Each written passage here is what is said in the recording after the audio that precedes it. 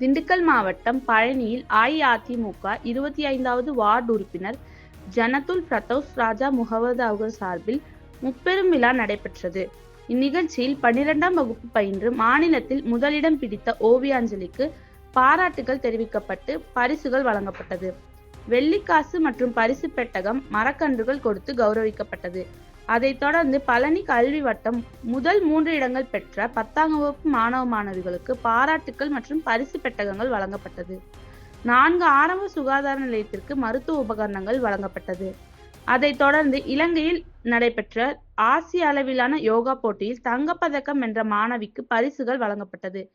இந்நிகழ்ச்சியில் அஇஅதிமுக கிழக்கு மாவட்ட பொருளாளர் திரு பழனி, முன்னாள் சட்டமன்ற உறுப்பினர் திரு வேணுகோபால், நகர செயலாளர் திரு முருகானந்தம், கிழக்கு ஒன்றிய செயலாளர் திரு மாரியப்பன், நெய்க்காரப்பட்டி பேரூர் செயலாளர் திரு விஜயசேகரன், பாலசமுத்திர பேரூர் கழக செயலாளர் திரு சக்திவேல், ஆயக்குடி பேரூர் கழக செயலாளர் திரு சசிகுமார், மீனவர் அணி செயலாளர் மகுடீஸ்வரன், மாவட்ட மாணவர் அணி அமைப்பாளர் அன்வர்தீன், மாவட்ட இளைஞர் அணி இணை செயலாளர் பன்னடி ராஜேஷ் உள்ளிட்ட கழக நிர்வாகிகள் ஏராளமானோர் பங்கேற்றனர்.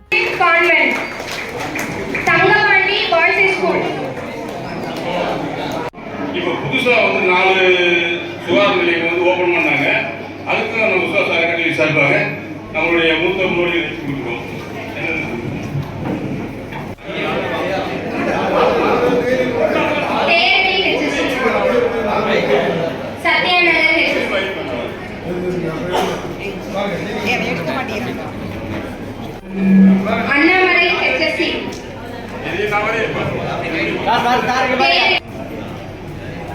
Sao đi không? Sao đi không?